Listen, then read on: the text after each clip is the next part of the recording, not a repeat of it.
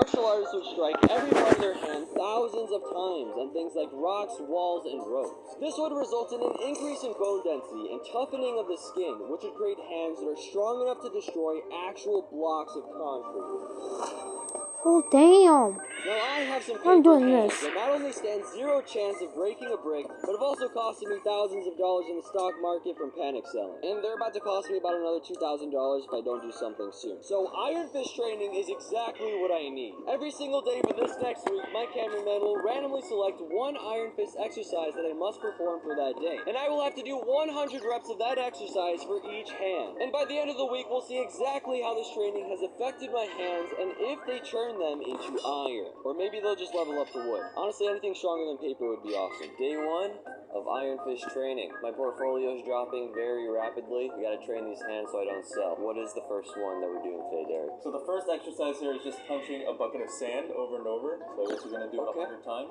and then hopefully that'll prepare you for the next challenges. I think I can do this. This doesn't look too bad. First thing I need to do.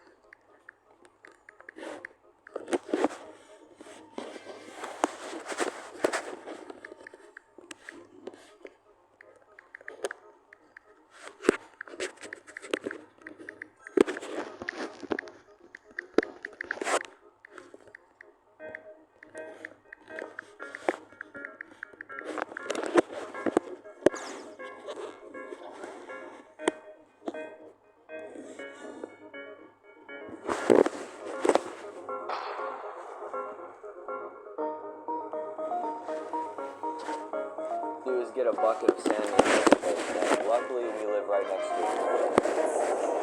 As you can see, this is the dangerous route towards the beach. We are doing Iron Fist training, so gotta do this the most dangerous way possible. I made my way down the toughest trail you can possibly take to get to the beach. Slow and steady, slow and steady. Once I finally made it to the bottom, I looked for some soft sand and filled up my bucket. That right there is going to be solid. But before I start punching, here are what my hands look like on day 0. I watched the video and he said to punch vertically and firmly. We're going to do this 100 times on each hand. I lost count. Hold on. Wait. One.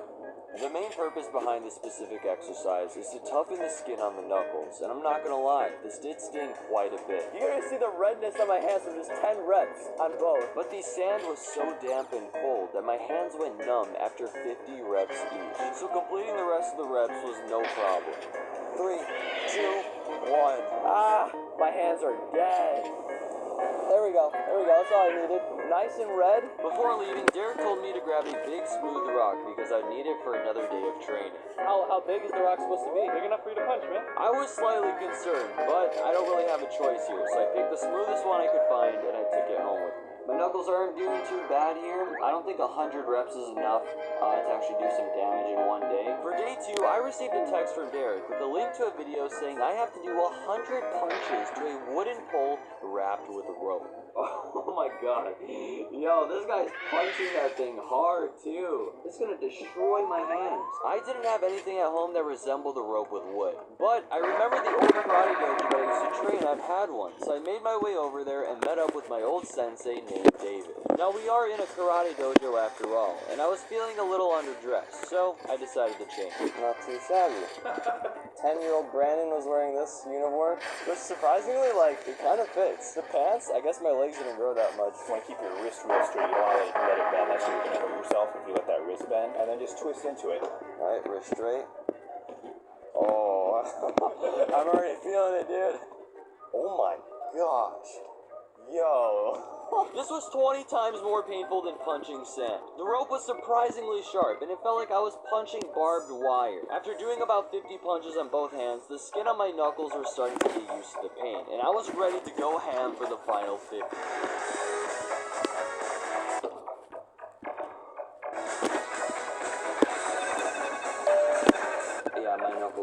absolutely dead right now. 100 reps on the rope, boys.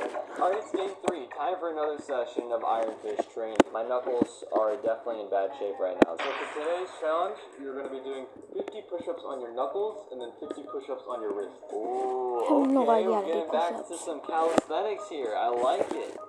1, 2, all 3, all 4, all 5, all 6. Yo, oh, I'm already feeling it at 6. If the message wasn't clear enough yet from watching all the other stuff that I was doing, don't try this at home, because you will hurt your hands, okay? I'm a trained professional. This was the first that's too bad. exercise that would actually increase the density of my bones and not just toughen up my skin. And these push-ups turned out to be by far the most painful Iron Fist exercise I had done yet. Yeah, that's a little bit better. It's still very painful. The Iron Fist training that I did yesterday where I was punching the rope definitely made the skin much more sensitive. Like it. 1, 2, all 3, all 4, all 5.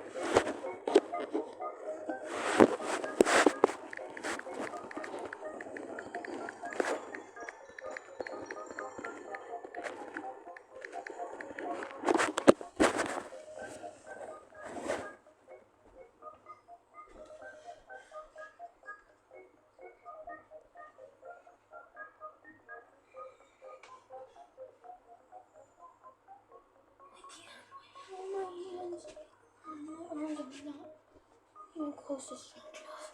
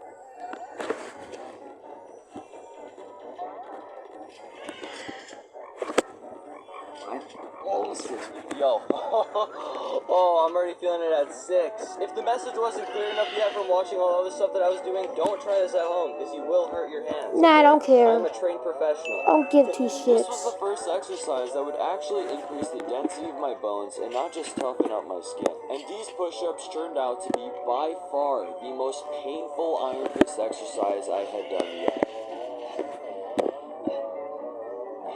Yeah, that's a little bit better. It's still very painful. The Iron Fist training that I did yesterday where I was punching the rope definitely made the skin much more sensitive, so it's very tough to be doing these knuckle push-ups. After 50 knuckle push-ups on concrete, my hands were looking pretty rough, and they hurt quite a bit, but I pushed through and finished the remaining wrist push-ups.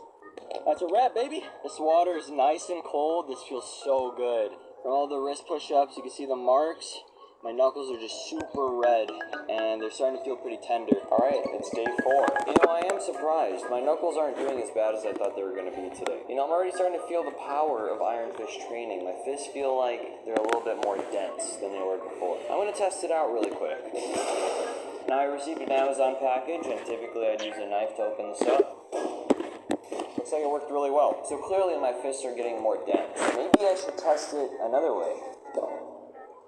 No, yeah, that's not gonna happen. Alright. Derek texted me my training earlier that day, and this time I had to punch a sandbag 100 times on each hand. I have to make the sandbag myself though, so I went over to the beach to acquire the sand needed and headed back home. To make the sandbag, I simply laid down my shirt, poured some sand in the middle of it, and wrapped it into a ball for me to punch. Wow.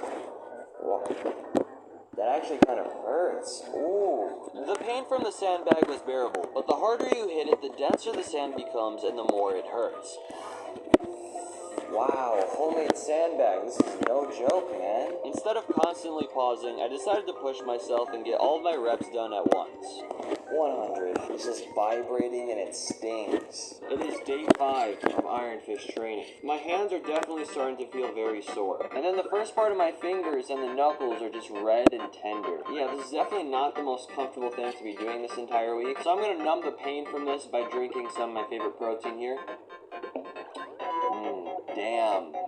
Oh my. Transparent Labs is my sponsor, but there's a reason why I selected them is because their protein is actually freaking incredible. It's just such an easy way to get your protein in. You just put some powder in some water, mix it up, and then you drink it, and it tastes phenomenal too. So I highly recommend you get some Transparent Labs. I'm going to have them linked down below in the description. You can also use my code Brandon to get 10% off your order. Derek texted me the training for day 5, and it looked pretty simple. All I had to do was punch a wooden board 100 times on my knuckles. So I set down a wooden board and got to punching. And it was going pretty smooth. My hands felt like they were getting tougher, but that was up until this happened. Oh, it actually broke my skin. I can't show it close up on camera or talk too much in detail about this so I don't get demonetized. It doesn't really hurt that bad. It seems pretty minor, so we're going to finish up our reps here. Alright, Brandon, so remember the rock you got from the beach on day 1? Yeah. So it's time to punch that rock 100 times. Oh my god, no way. He's first starting with some karate chops, so just to the side of the hand. And then he's going for a couple of punches here on the side. I would say this is one of the most serious ones that we have so far, because he's literally training every part of his hand, his knuckles, his wrist, his fingertips too. Yeah, this one's gonna hurt. I'm glad I decided to carry this rock about a mile out here, right in an area that has hundreds of them right behind me that could have used the same exact way. Anyway, now it's time to do some more Iron Fist training. This one is going to be interesting. I watched the video over and over to get a feel for his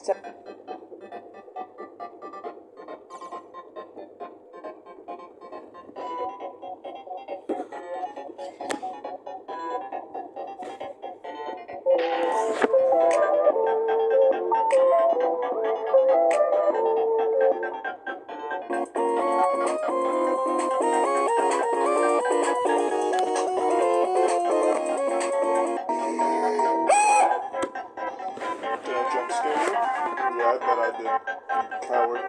You make me sick. Man, just what are you doing? What am I doing? I'm saying the N-word. I don't think you didn't say that. You sure about that? I'm black, that's right, man. You make yourself black so you can say the N-word? That's right, Spider-Man.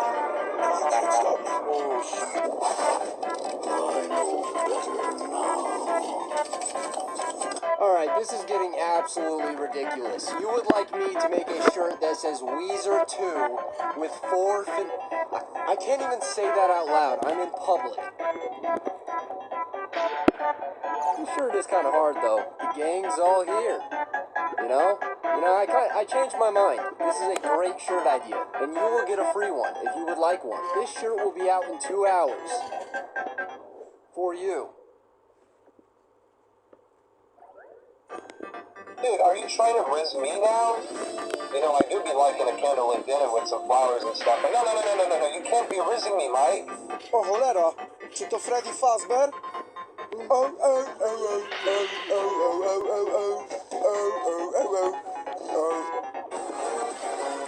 Such a secret room!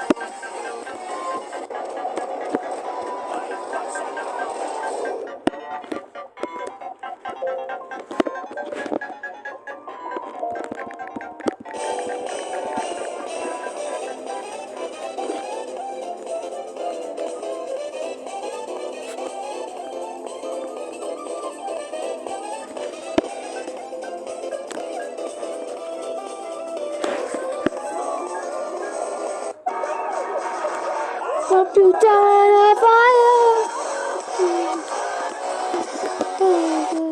Here's a picture of helping. I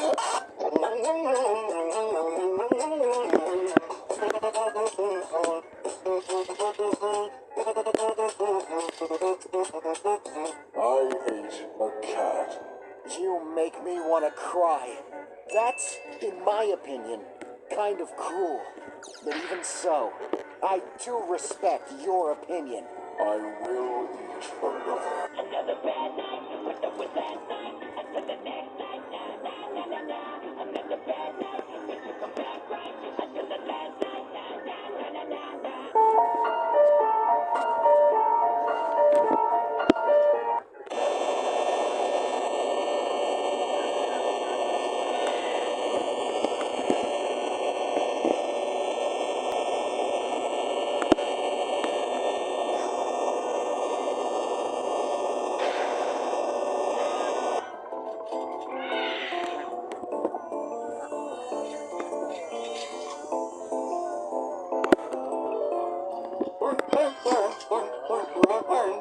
Happy bachelor birthday, pizza, games, and cakes. Open all your presents until your tummy aches. You are 1 year older on your special day, and when the song is over, you'll be on your way. Audio prompt in 3.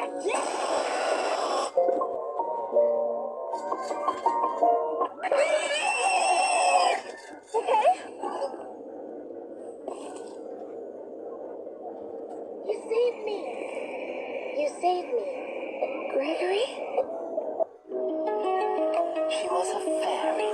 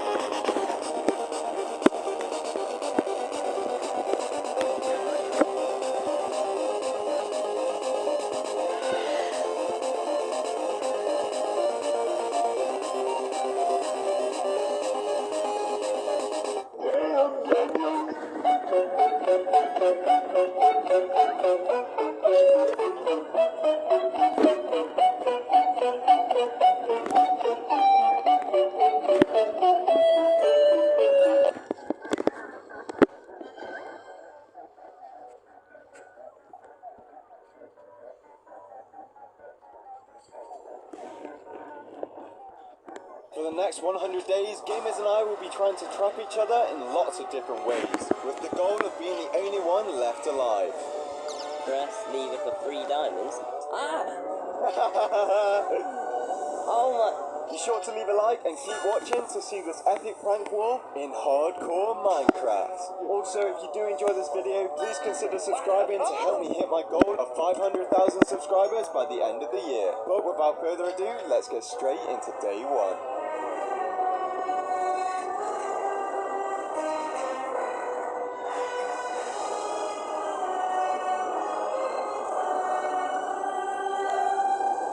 Wait, what? What are you doing here? What are you doing here? Get out of my world! I just spawned into this world. So did I. This is mine. You're gonna kill me. It's hardcore. You can't just be punching me. Good, I want to be alone. Get away. Oh my. My first encounter with gamers left me quite annoyed. Stupid gamers. So I spent the rest of day 1 thinking of ways to get him out of my world. And in the meantime, I was gathering wood, making tools, and murdering animals for food. And at night, I thought I saw gamers again, but it was just a bee. On the morning of day 2, I decided to set a little trap for gamers. So I gathered some wood for a chest and started digging a pit. Then I began waiting for gamers to walk past. And sure enough... Ooh, a chest. What's in here? Wheat seeds and fat. What? What? Oh my, I'm almost dead again.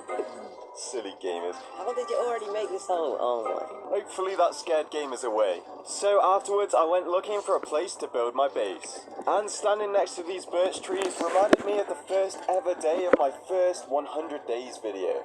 Leave a comment down below if you know what I'm talking about. I then continued searching for a place to build my base for the next 2 days. And of course, I murdered a lot of animals along the way. If you press the like button right now, I might consider leaving this baby sheep alive. 3, 2, 1. Oops, it looks like you weren't fast enough. Sorry, baby sheep. And on day 5, I found the place where I wanted to build my base. It was perfect because there was absolutely no sign of gamers. And I spent the rest of the day cleaning the place up a bit and collecting some materials. Days 6 and 7 were spent building my starter base. And by the end of day 7, my base had come together quite nicely.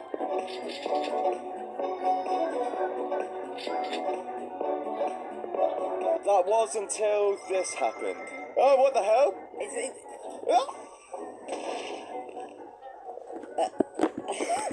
I was not a happy lockdown life.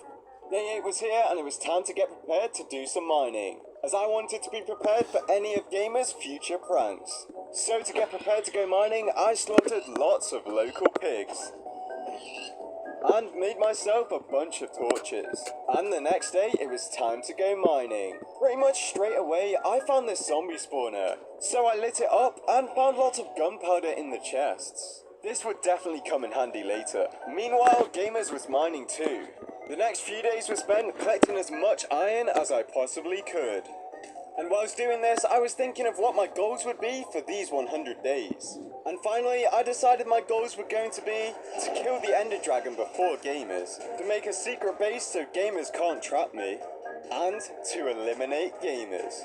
Will I be able to complete all of my goals? Keep watching to find out. And on day 12, after returning home and smelting all of my iron, I spotted what looked to be Gamer's house. So I waited for him to come out and then I decided to sneak in and steal some of his items. Hopefully he wouldn't notice. I decided to steal some of his iron so I could make sure that I had more iron than him. Meanwhile, Gamers was minding his own business, chopping down some trees. And then afterwards, I confronted him. Wait, why are you doing it? I just wanted to flex all this lovely iron I got. Well, I've got loads of iron of my own. Wait. Looks a bit less than mine, actually. Wait, I had like 3 stacks before. That's pretty strange. Why are you over here then? I don't know. Was this you? Yeah. On day 13, Gamers and I had a competition to see who could kill the most animals. And not gonna lie, I think I won. As Gamers wouldn't kill horses, but I would. Oh, also, Gamers scared off a turtle I was gonna give a torch. So I gave it to a squid instead, but it just wasn't the same. So to get back at Gamers, I annoyed him by spam clicking his door and then punching him. The next day I started hatching a plan for another prank on Gamers. But there was one problem. This prank needed diamonds to make it work.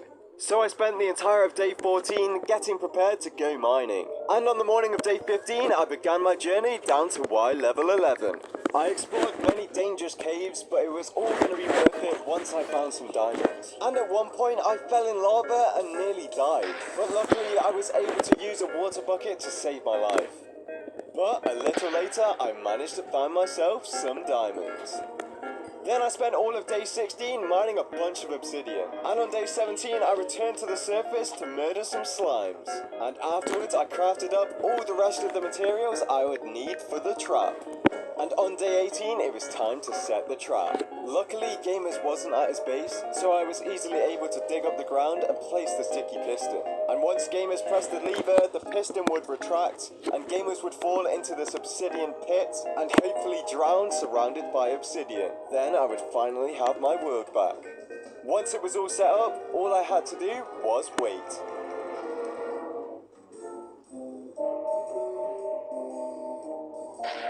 What's this say?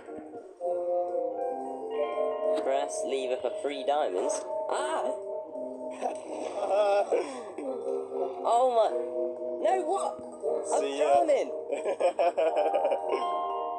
Is this obsidian? Oh my... He's just gone. Oh no, I'm actually gonna drown.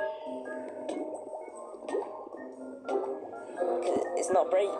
Wait. Oh my. I'm so glad I have this bucket. But now I've still got to mine all the way out of obsidian with an iron pickaxe. Great. I then returned home feeling very accomplished as I thought I'd just killed gamers. But when I got home, I had a surprise waiting for me. Wait, what the... And so I spent the rest of my day murdering baby chickens.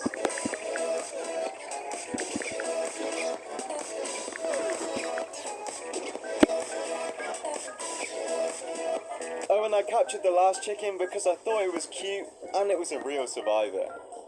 By day 20, I was fed up of gamers' pranks, so I wanted a secret base he couldn't fill with chickens. And so I spent the rest of the day thinking of ways to hide my base. The next day, I had settled on a plan for my base, but it would need a lot of materials to make it a reality. So I got to work collecting resources.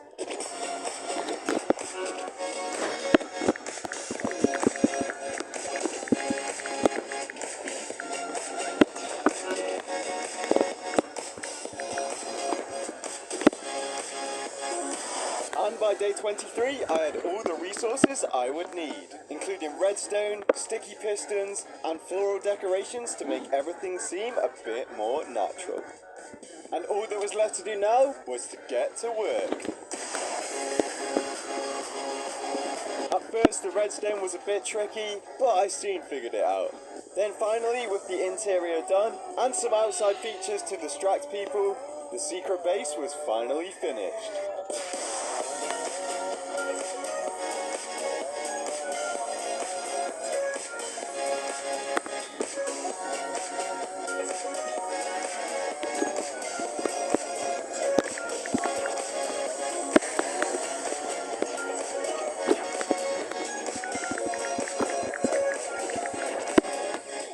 On the morning of day 30, I did the boring task of moving all my items from my old base to my new base. Then it was time to see what gamers had been doing, and it looks like he had built a fortress.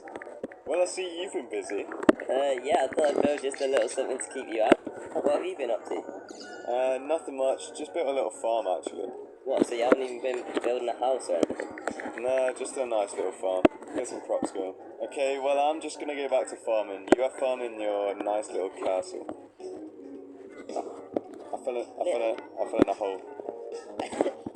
On day 31, I spotted gamers spying on me, and I didn't like it. So I chased them off of my land. And then murdered the sheep out of pure anger. I then spent all of day 32 getting that bread. I spent day 33 out in the desert collecting resources for my next prank. I found this desert temple and looted it for all that juicy TNT and gunpowder.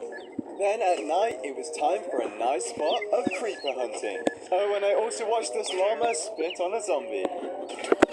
On day 34, I returned home and began crafting up the items I'd need for the prank. I then spent the rest of the day and the morning of day 35 researching TNT cannons. Then at night, I left my secret base to find some scaffolding on top of my old house. So, not thinking, I broke it, and lava began to rain down from above. I had fallen for another one of Gamer's pranks, and it looks like my old house was gonna be destroyed. I did my best to try and save it, but there just wasn't enough time, and sadly, the lava burnt it to a crisp. I then spent day 36 getting rid of the lava, and plotting my revenge on Gamers. Speaking of Gamers, I spotted him watching me, and that just made me even more angry. The next day I woke up to see my base in ruins, and that's when I decided it was time to march upon Gamer's fortress. I saw him watching me from the battlements, but that wasn't going to stop me. I then quickly constructed a small but very effective TNT cannon. I then unleashed block after block of devastating TNT.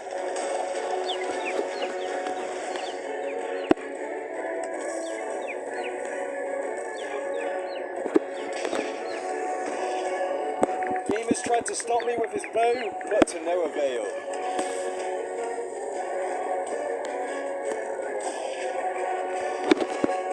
And before he knew it, the front of Gamer's base was no more. And I had had my revenge. Satisfied with my revenge, I then spent all of day 38 repairing my starter house. Afterwards, I realised my chicken had been burned to death by lava, so I spent the rest of the day mourning my chicken prisoner. At this stage, the pranks were getting more and more dangerous, so I was gonna need some more protection, which meant on day 39, it was time to go diamond mining.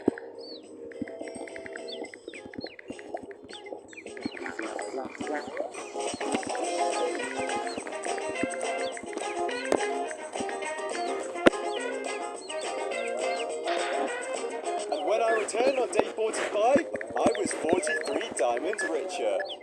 Day 46 was spent emptying my inventory and crafting up some lovely diamond gear, which would hopefully protect me from all of Gamer's future pranks. And on day 47, I was collecting resources for a secret project. Then the next 2 days were spent building it, and by day 50, it was ready. Yeah, that's right, I made this giant like button to remind you to hit that like button. And if we hit 100,000 likes, I'll do 200 days, and maybe prank another YouTuber instead of Gamers. But anyways, let the pranks commence. On day 51, I decided I was going to prank Gamers by placing loads of annoying signs all over his base. And on these signs, I'll write some messages that will be sure to get under Gamer's skin. Oh, and I decided to use oak signs because they're easier to read, and they're a different type of wood to what Gamers used on his entire base, which I just know will annoy him. So after crafting the signs, I snuck my way into Gamer's base, and began typing out the signs. Here are some of my personal favourites. Gamers, more like lamers, ha ha ha ha. There's signs everywhere, and, nice block. On the morning of day 52, I was in a very good mood. That was until I realised Gamers had pulled a prank at my base. What's happening? Why can't I hear a bell? Why is it so loud? Ah, here it is. Finally, peace and quiet. Wait, no. There's more. No. Ah, here we go. These are so annoying. What the hell? There was another one. And it's even louder. And whilst I was cleaning these up, Gamers was having his own problems. Subscribe to oh my, you just found signs everywhere. What do they all say subscribe to Lockdown? Oh my god, there's literally, there's signs everywhere, yeah. Oh, and if you want to see Gamers' reaction to the rest of the signs, be sure to go and watch his video after mine. I spent the next day preparing to go to the Nether, but this creeper didn't want to let me go, so I put an axe in his head. And after a little bit more preparing, I was ready to go to the Nether. And on day 54, I arrived in the Nether. I spawned in one of these blue biomes, which meant two things. I'm surrounded by Endermen, and also these really cool vines are everywhere. And after a little bit of exploring, I noticed a portal that wasn't mine. And when I got closer, I saw Gamers. Hey, what are you doing here? This is my Nether. I just came from a portal up there. My portal's down there. You know I'm gonna find the Nether Fortress before you, right? No, you're not. Yes, I am. Okay, well, we'll see about that. Yes, we will. Oh, and then I did this cool stunt. Look at this, Gamers. I'm sick. Afterwards, we both did some more exploring, and we stumbled across this place where all the mobs were spawning. It was very strange, but we decided to leave the mobs for now, and focus on trying to be the first one to the Nether Fortress. Oh, and at one point, I decided to do my best dream impression, and to be honest, I was pretty happy with it. Let me know if you can do this in the comments down below. On day 58, we found the fortress. Wait, where are you going? I found the fortress. Hey, what the? Ah! Yes! No, my god. No, get away! Go! I want it first! No! Yes! No! So I was the first one into the fortress and the first one to the blaze spawner. I then tried to hide it from Gamers by blocking up the wall, but a stupid blaze gave me away. And Gamers was now here at the blaze spawner too. Let the battle for blaze rods commence.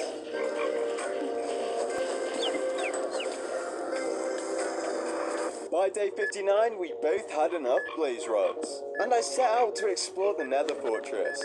I got myself some terrible chests, and even some nether warts.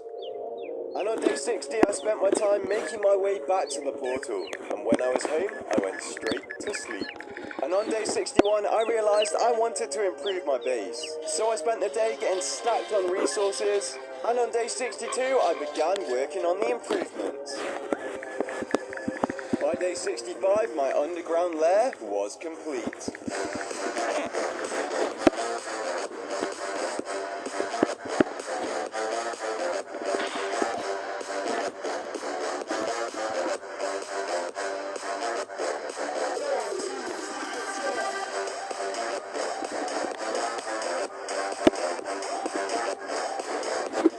I even installed this hidden chest so gamers couldn't steal my diamonds.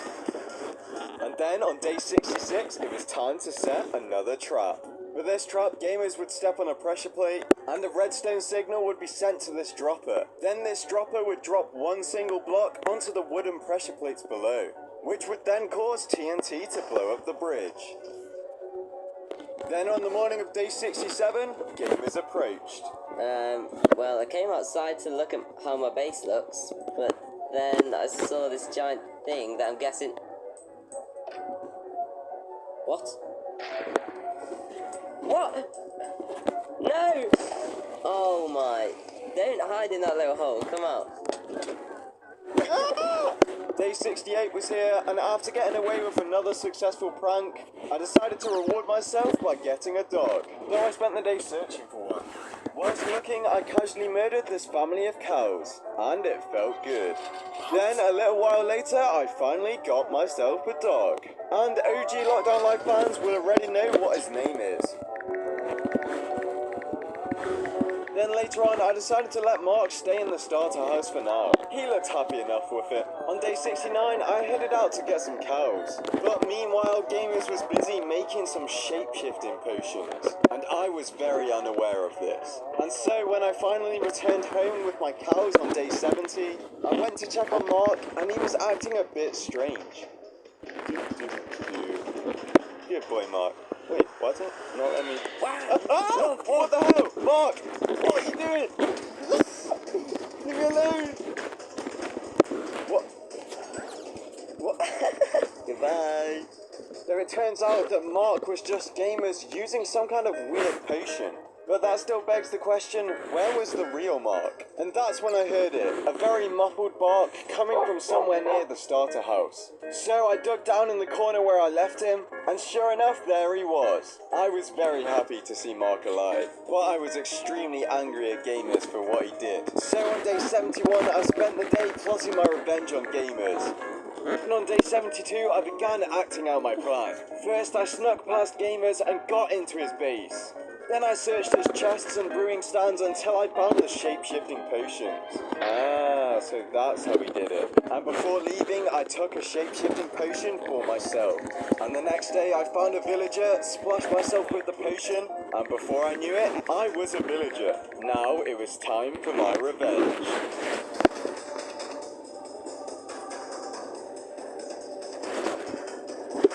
Oh, hello, villager. What?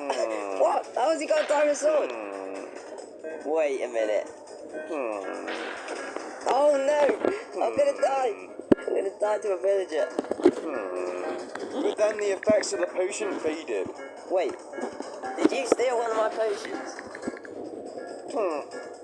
Gamers managed to escape with his life this time, but I knew this couldn't go on much longer. He went way too far when he brought Mark into this.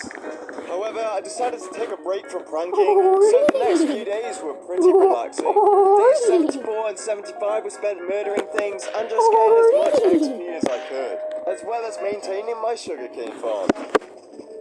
Then on day 76, I set up my enchanting room and made myself all the bookshelves and the enchanting table itself. And then day 77 was spent making it look nice and getting myself some beefy enchants. And on days 78 and 79, I was back to murdering things for XP, so I could get the best enchants possible. After completing my enchants on day 80, I decided to head out of my base.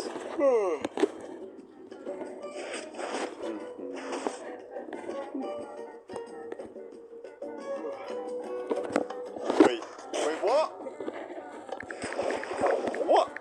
I'm stuck in a box. What even happened? I swear there wasn't water on the floor. Oh my god. I'm am I gonna get out? I've got like barely any blocks. God damn it. When I finally made it back up to the surface, Gamers was gone. I could have sworn Gamers was here. So I returned to my secret base where it was safe. The next few days were spent collecting ender pearls in the nether dimension. I killed a lot of endermen. So many in fact that the endermen were nearly extinct. And Gamers and I had to fight over a few of them. I even managed to steal one of Gamer's ender pearls and complete the 12 that I would need. Shortly afterwards, Gamers tried to kill me by breaking my vine, but luckily I was able to clutch. This definitely annoyed Gamers, as I was able to go back home first and craft up my ender eyes. Then on day 84, it was time to start preparing for another trap on Gamers. I gathered a bunch of lava and then headed out of my base. But little did I know, Gamers was watching me and he now knew where my secret base was. But I was dangerously unaware. And on day 85, I began constructing the lava trap at Gamers' base. This trap would involve Gamers being surrounded by lava. And if he broke any of the surrounding blocks, lava would flow in and kill him. So I was pretty confident that I was going to kill Gamers this time. So on the morning of day 86, I returned to my base. And this happened. Wait, what?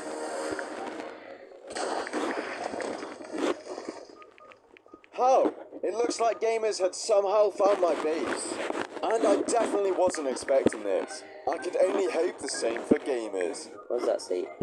Lockdown life was here. Oh my... No. The next day I didn't feel safe in my base anymore. So I decided to listen to some music with Mark to relax me.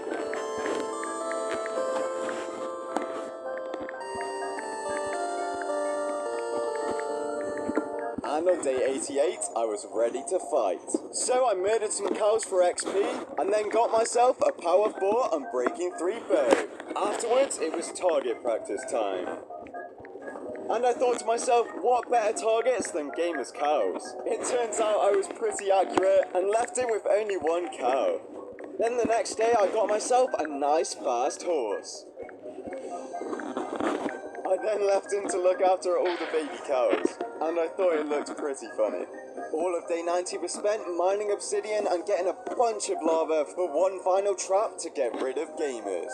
Then the next 2 days were spent building the final trap. And on day 93, I decided it was time to go and kill the Ender Dragon. So I quickly gathered all the items I'd need, said goodbye to Mark, and set off on horseback towards the stronghold.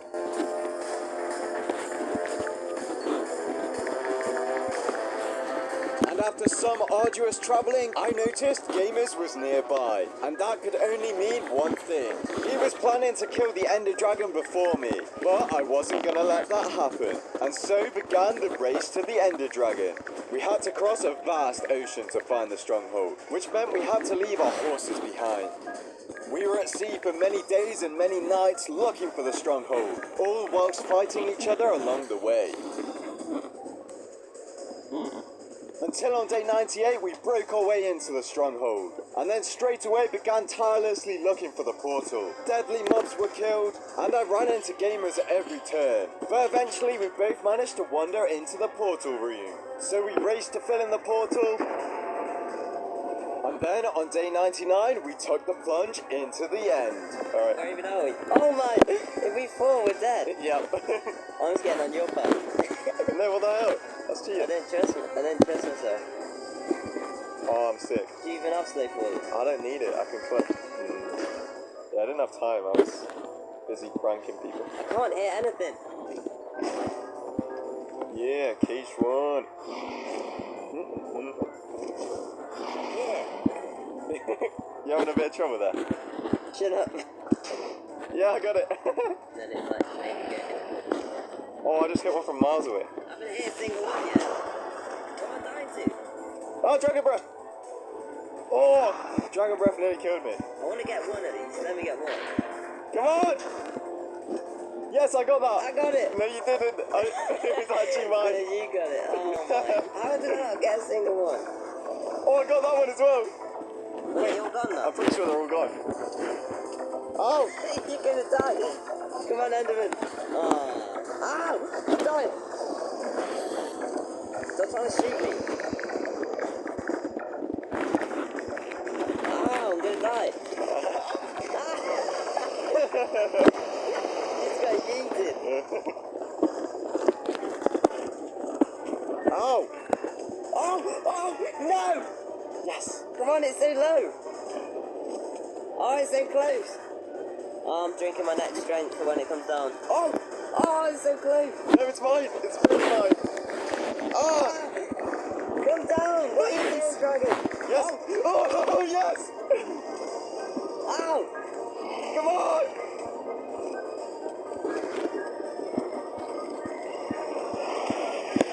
Yes. Let's go. Woo. And on day 100, some tension was lifted, and we fought over the egg. No! I had it. Wait, I didn't even look. Yes! And then when we got back home to the overworld, we decided to meet up and talk. Hey, so what's this about a truce? So I was thinking, now that the dragon's dead and we've completed all of our goals, why don't we have a nice little truce? Yeah, okay, that sounds good. Yeah, alright. Okay, I'll see you soon then. See ya. Actually... Oh, no! Why would you do this? This video took a very long time to make, so please remember to like and subscribe if you did enjoy it. But anyways, I'll see you next time. Goodbye.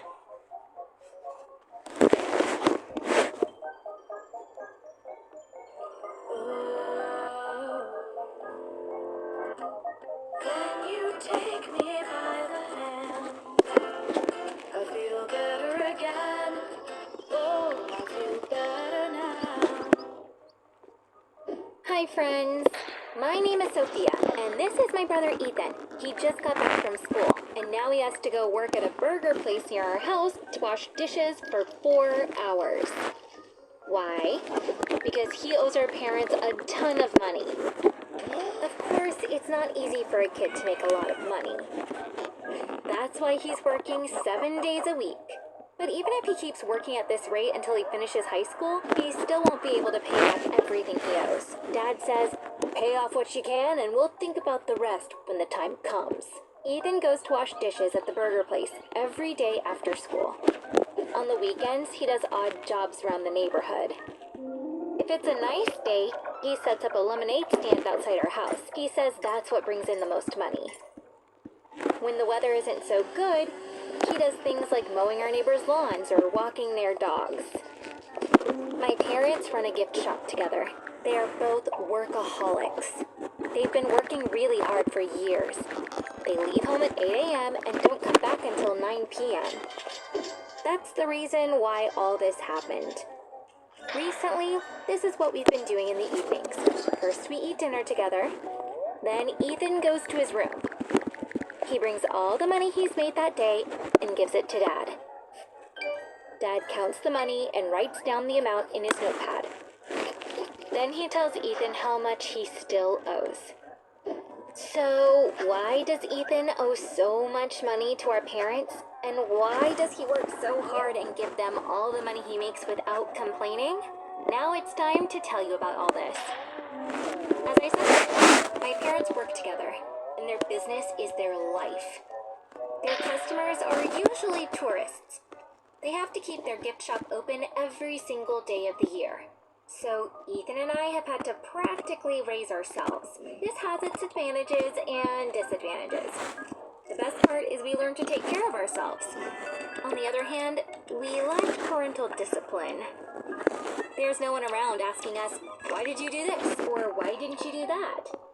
Our parents come home so tired, they don't have the energy to deal with us in the evenings. I always thought this was a blessing. I think it's wonderful to grow up without any pressure from your family. But unfortunately, that wasn't the case for my brother. He took advantage of our parents' absence and spent tons of money on video games. He was doing it for months. That's how we found out that he was really lacking parental discipline. But of course, it was too late. By the time we realized this, Ethan had almost bankrupted the family. After school, both Ethan and I would go to our rooms, and we usually wouldn't come out until after our parents came home from work. I would always do my homework first. Then I'd talk to my friends, watch TV, or spend time on TikTok or YouTube. Whenever I'd go into Ethan's room, he'd always be playing video games. So I knew he was spending most of his time gaming. But I knew that a lot of kids his age were doing the same, so I didn't really worry. But it turned out he was spending a lot of our parents' money on those games. One day, we came back from school as usual. We had a snack in the kitchen and went to our rooms. Half an hour or so had passed. That's when I heard Ethan's door open suddenly and my dad started screaming at him. Dad never comes home in the afternoons. So I panicked and went to see what was happening. Dad was holding a credit card. He waved it at Ethan, screaming, "What could you have bought that maxed out this card? And this is the company card! How did you even get this card's number?" That's how I found out that Ethan spent a ton of money on video games using our parents' credit card. My parents used this card to purchase inventory for the store.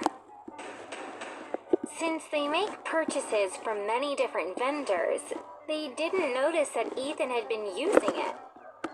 When my mom wanted to buy something and discovered that the card had been maxed out, she told my dad. Because the card had a really high credit limit. They never had a problem like this before. When my dad called the bank, they found out about my brother's charges. He naturally was furious and rushed home to confront my brother about it. After that, Ethan probably had the worst night of his life. My dad literally interrogated him. So he had to tell him in detail what he spent all that money on. I don't know anything about video games. I've played Candy Crush a few times when one of my friends was really into it, but that's it. So I didn't understand most of what Ethan said.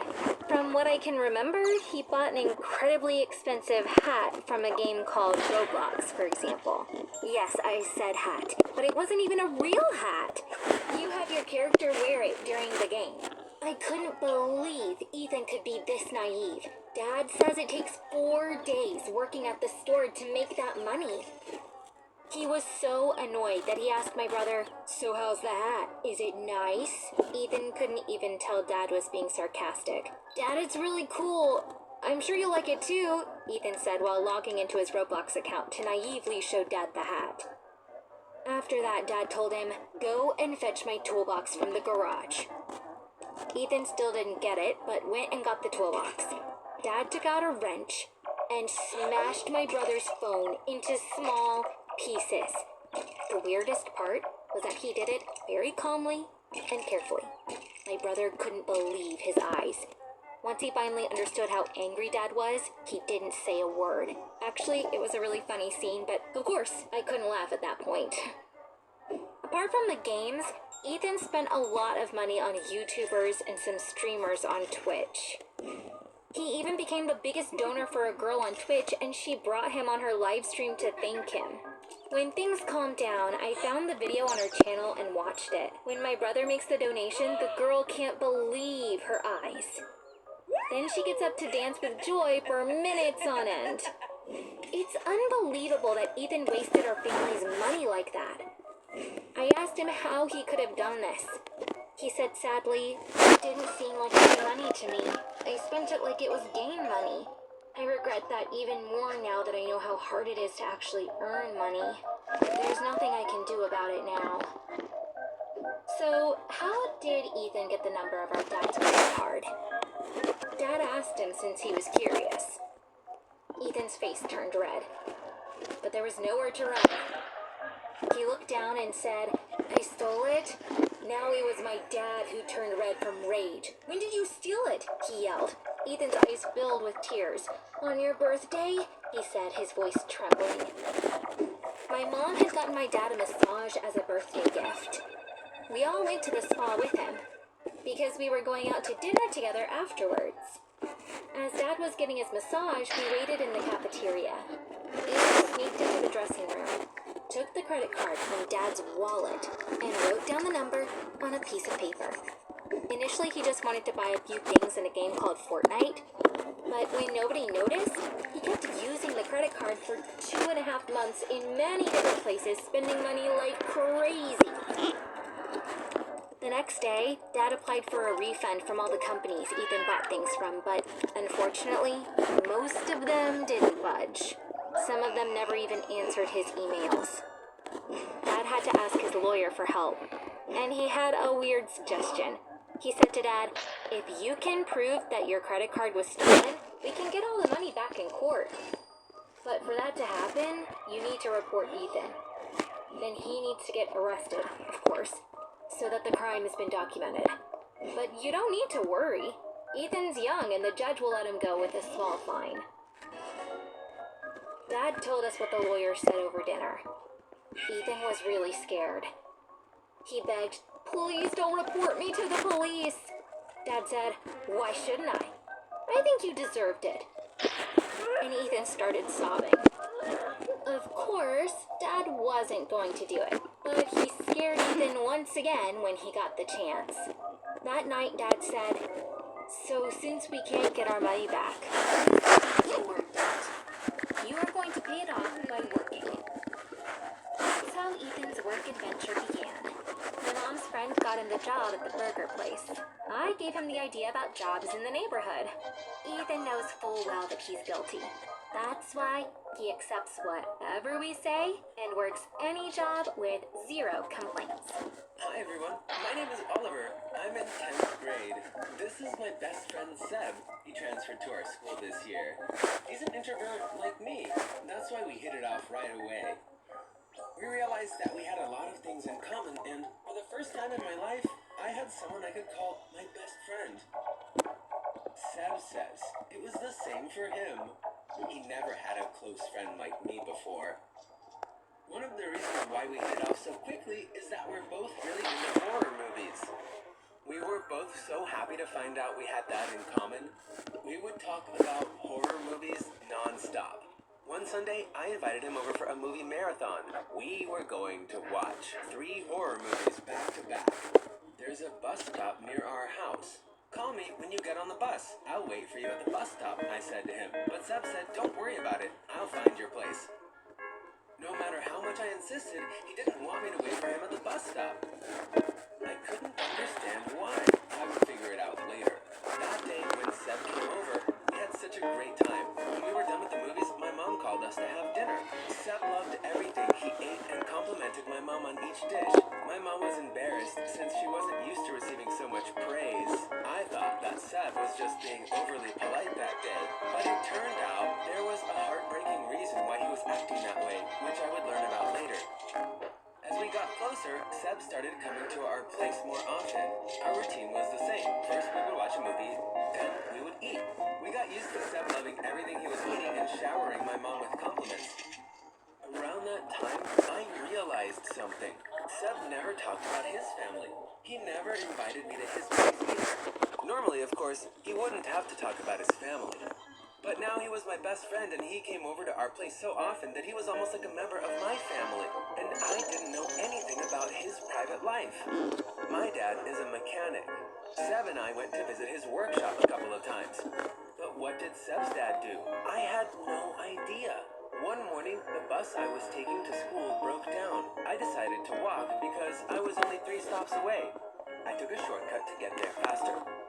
As I was walking down an alley, I saw a gigantic SUV with tinted windows parked by the road. I'm into cars since my dad is a mechanic. I knew this brand. They made custom-designed luxury SUVs. As I was standing there and staring at the car, the front door opened. A driver wearing a suit and tie stepped out and opened the rear door.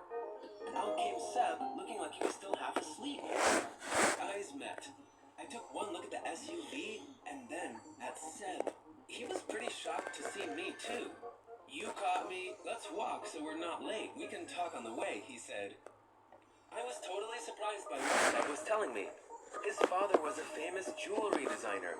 They have jewelry stores in many countries. But why was he hiding the fact that his family was rich? I really wanted to know, but I couldn't ask him because he clearly didn't want to talk about it. I just said, "That SUV is super cool. If I were you, I'd have the driver drop me off right in front of school." Can someone be ashamed of being rich? That made no sense to me, but Seb seemed to be ashamed.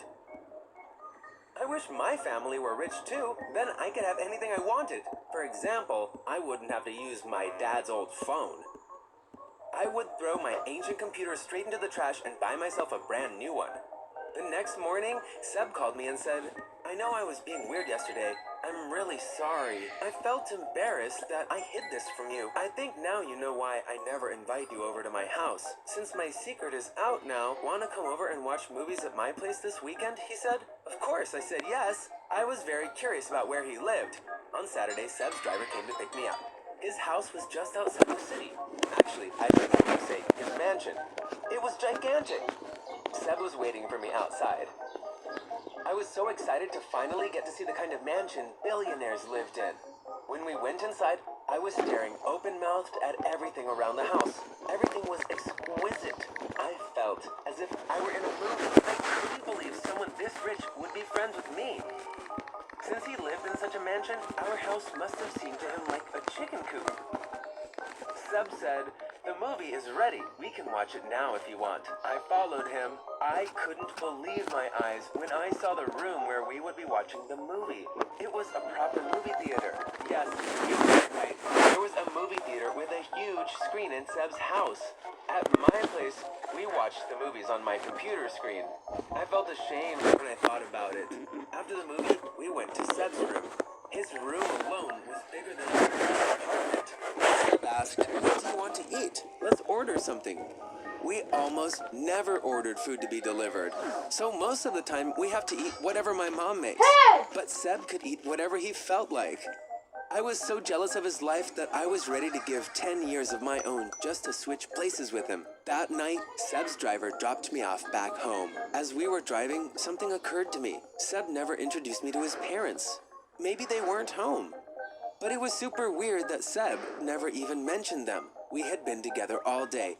Not even once did he say the words Mom or Dad. When I went into the kitchen next morning, I saw that my dad wasn't at work. He smiled and said, "Good morning. I'm not working today. Come, let's have breakfast together."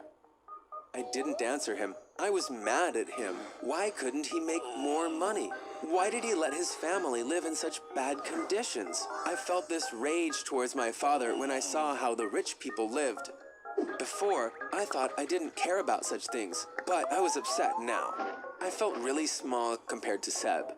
What surprised me was that nothing about him had changed. He was acting the same as before. One day, he asked, "Do you want to watch a zombie flick at your place this weekend? I'm really craving your mom's amazing spaghetti." I'd had enough. "Seb, you live in a mansion. You can have whatever you want. Why would you want to hang out in my dingy apartment?" I said. Seb stared at me, surprised. "Are you serious? Is that what you really think?" he asked. I nodded.